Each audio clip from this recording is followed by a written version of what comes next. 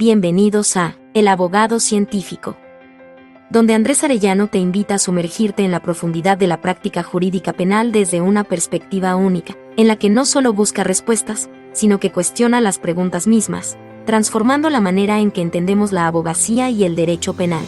Prepárate para desafiar lo establecido, explorar nuevas fronteras del conocimiento jurídico y fortalecer tu práctica legal con herramientas que trascienden lo convencional.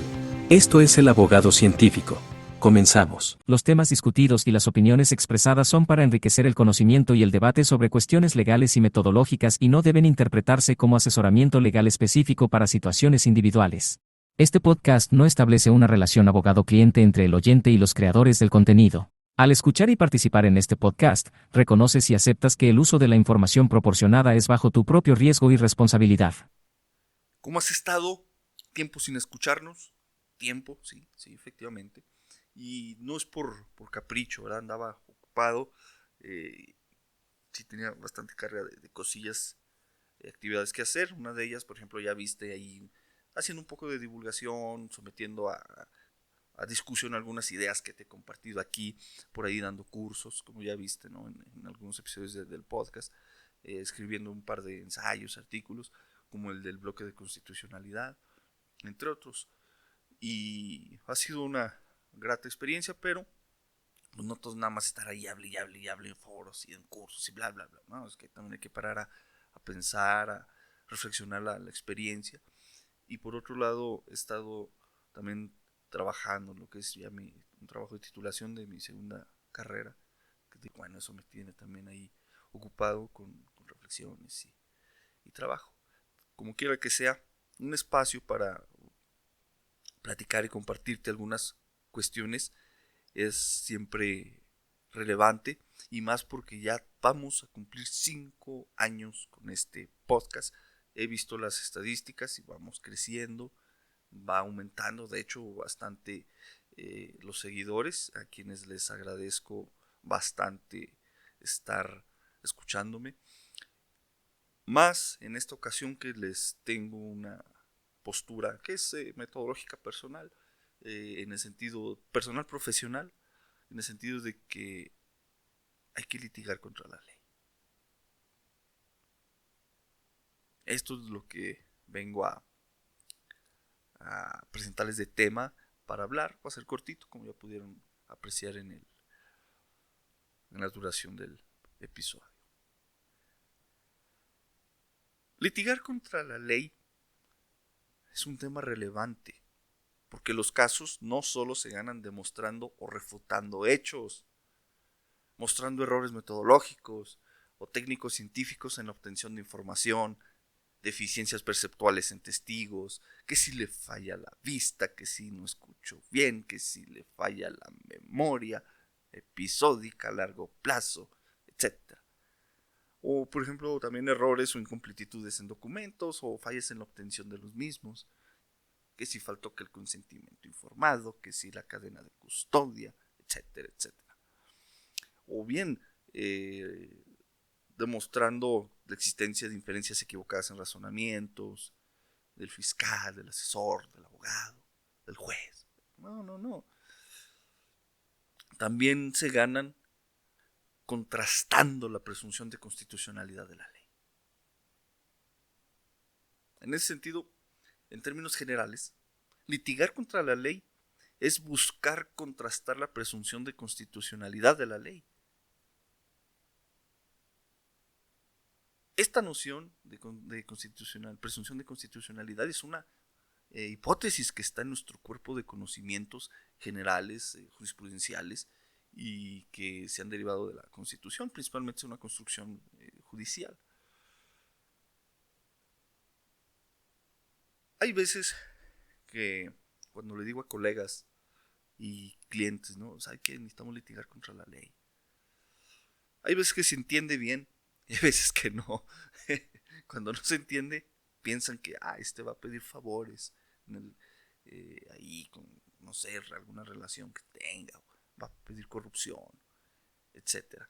No, por ese entendido los explica, por ejemplo, al cliente o al abogado, al colega, que no es por ahí, y ya se le explica esta noción que te he dicho. Pero primero te la expliqué. Y ahora ya te comento que sí se da esta interpretación, pero es la que vamos a abandonar, ¿verdad? La de corrupción y uso de favoritismos y cosas así. Pero esto tiene la consecuencia de obligarnos a estudiar, como dijo justamente, si me no recuerdo, el abogado del Toro, Carazo del Toro, ¿verdad? Nos obliga a estudiar el triple o hasta más. En ese sentido, esto de litigar contra la ley significa buscar ya sea la inconstitucionalidad o inaplicación de alguna norma jurídica dentro de la esfera jurídica del cliente o la propia. En mi caso, como esto es una postura metodológica, soy algo así como un anarquista jurídico. O sea, lo tomo como un enfoque de litigio en mi práctica. Tengo de base cuestionar la presunción de constitucionalidad de toda ley o artículo. Esto sería algo así como la hipótesis nula, en el sentido de que la ley no tiene presunción de constitucionalidad. Esto va de la mano con el criterio de vigencia y eficacia de la ley, que es contrario o diferente al de la vigencia y validez de la norma, ¿no? O validez y vigencia, no recuerdo cómo se formula, que viene del corte kelseniano. Es que hace mucho no lo utilizo. En todo caso, en esa medida uso el litigio como medio de crítica del derecho. Esto porque creo que cuestionar la legitimidad de la ley al menos me devuelve algo de libertad que me ha quitado el contrato social. Pero bueno, esta es otra historia más política constitucional. Por supuesto, no afirmo que hay que vivir en la ilegalidad, sino solo de vivir sin tener que soportar leyes injustas. Por ejemplo, leyes penales que sancionen conductas de tal manera que no sabemos exactamente a qué conducta se refieren. En ese sentido, un caso particular de litigar contra la ley es evaluar la taxatividad de un tipo penal. Este es un trabajo conceptual que requiere acompañamiento empírico, generalmente con datos estadísticos, para plantear un contexto sociocultural, socioeconómico, sociopolítico, etc., mediante indicadores objetivos y determinar si la conducta es unívoca, se respeta la plenitud hermética y el contexto donde tienen que darse las circunstancias de actualización de la norma es claro. Por ejemplo, esto puede verse o analizarse a veces en temas de vinculación a proceso y no solamente esperarnos hasta un juicio oral. También puede explorarse este tema de taxatividad en temas de legítima defensa, ¿no? Ver si las condiciones en las que se dice tiene que darse son taxativas en el sentido de que son unívocas, son claras, ese comportamiento defensivo es claro en determinadas circunstancias, ¿no? Que se presume la presunción, la legítima defensa cuando una persona ingresa al domicilio, etc. Este tipo de circunstancias, ¿no? Son las que se analizan a través de la taxatividad. En ese sentido, cualquier problema con lo dicho ocasiona que se cuestione la presunción de constitucionalidad del tipo penal por violación a la taxatividad. En similares condiciones se encuentra el non bis in idem, mejor dicho. Pero en temas de retroactividad, aquí es una cuestión interesante. Existe un conjunto de hipótesis en la sistematicidad, en el conocimiento sistemático que ha generado la Suprema Corte de Justicia de la Nación en torno a esta figura. Yo he contabilizado una extensión de 5 hipótesis. De hecho, ahí en el blog está un apartado con una tabla en las que te pongo las hipótesis y cómo lo explica la Suprema Corte y pues, bueno, un comentario propio. Que dicho sea de paso, una de esas hipótesis es la que se utilizó para reformar la ley de amparo, ¿no? Y entenderla pues nos va a dar una opinión diferente acerca de lo que pasó. Yo sostengo ahorita que es una reforma muy astuta, pero bueno, ese no es el tema de este comentario, aunque sí va relacionado a el tema de litigar contra la ley, que en este caso serían la ley de amparo en algunos artículos, que bueno, toca habérselas ahí con un aparato doctrinal o conceptual bastante robusto y construcción de agravios o conceptos de violación igualmente robustos, y bueno, es un trabajo bien interesante, de hondo calado, y ya lo hablaremos a lo mejor más adelante. Continuando con lo que te venía diciendo, pues esto de litigar contra la ley casos particulares es la taxatividad, el non bis in idem, el tema de retroactividad.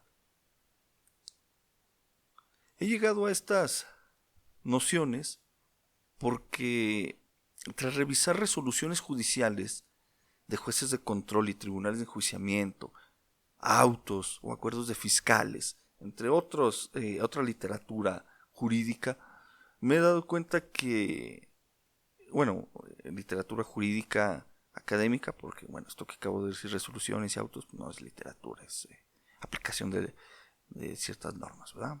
Haciendo esa distinción. Cierro paréntesis. Dice que revisando este lado de aplicación de la ley, el académico, me he dado cuenta que colegas y abogados que apoyo, a veces en apelaciones, en amparos, dan por presupuesta la constitucionalidad de la norma. También dan por presupuesta que es taxativa, no violenta el non bis in idem o la retroactividad, siendo que esto entra como un fino detalle cuando se hacen traslaciones de tipos penales, por ejemplo, que me ha tocado ver algunos casos y también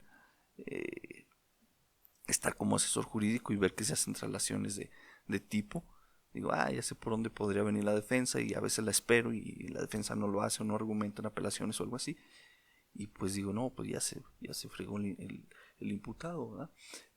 Como quiera que sea, ahí basta literatura al respecto. Solo falta que nosotros vayamos aplicando algunas de las ideas que están ahí. Y por otro lado, he llegado a esta noción porque de una lectura considerable, aquí ya es tema de la sistemática conceptual que ha construido el Poder Judicial Federal, en donde de una considerable lectura que he realizado de amparos directos en revisión, contradicciones de tesis, protocolos, acciones de inconstitucionalidad, etc., al Poder Judicial Federal le interesa que le planteen temas de esta naturaleza, temas, problemas donde cuestionas la presunción de constitucionalidad de una norma. Te dicen cómo, te dan ciertos indicadores, entre otras reglas heurísticas para que comiences a cuestionar y preparar, fíjate aquí, desde el procedimiento ordinario, el tema de si una norma es o no constitucional, ya sea para que logre su inaplicación por el juez natural que te toque, el de control, el familiar, el civil, el de distrito, o en su momento, que sea un juez federal. Igualmente te da indicadores, reglas, etcétera, para ir planteando la inconstitucionalidad o inconvencionalidad de la ley. Todo esto siguiendo la preparación que ya hiciste, la insistencia en apelación, o bien les hables directamente de esto en un amparo. Por supuesto, nada de esto garantiza que ganes tus casos, pero sí que litigues con un verdadero alto impacto. Y no hablo de un impacto social, emocional, sino de un impacto un poco más profundo, en el sentido de que vas a crear una modificación en el sistema jurídico mexicano, porque expulsar del mismo una norma que es inconstitucional es modificar la estructura del sistema normativo, así como incorporar una nueva norma, una nueva ley, artículo, etcétera, es modificar el sistema normativo mexicano. En este orden de ideas, ¿qué opinas de esta reflexión que te acabo de compartir? Soy honesto, es como me navego realmente. Es trabajo en mi experiencia personal. Sí implica trabajo de horas, muchas horas de estar leyendo, reflexionando, de escribir, luego borrar y volver a escribir, para encontrar la proposición adecuada. Esa es la clave, fíjate. A mí me gusta mucho filosofía del lenguaje y pues, me preocupa. Yo creo que ya he escuchado otros episodios al respecto. No me preocupa saber de qué estoy hablando, ¿verdad? Qué características o propiedades le atribuyo a veces a los objetos. Eso es importante y por eso ese tema de escribir y borrar mucho, ¿no? A veces se vacía uno las ideas y se da uno cuenta que a veces escribe puras tonterías. Muchas de esas se borran y se quedan uno o dos rengloncitos que hay que irlos trabajando. Otras veces fluye bien la argumentación y como quiera se pule.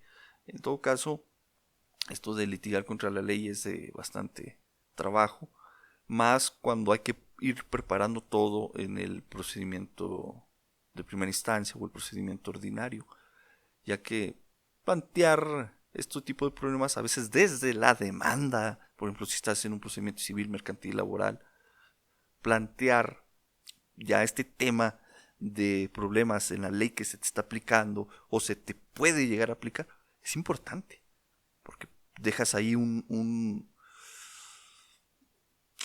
punto que puedes retomar más adelante a tu favor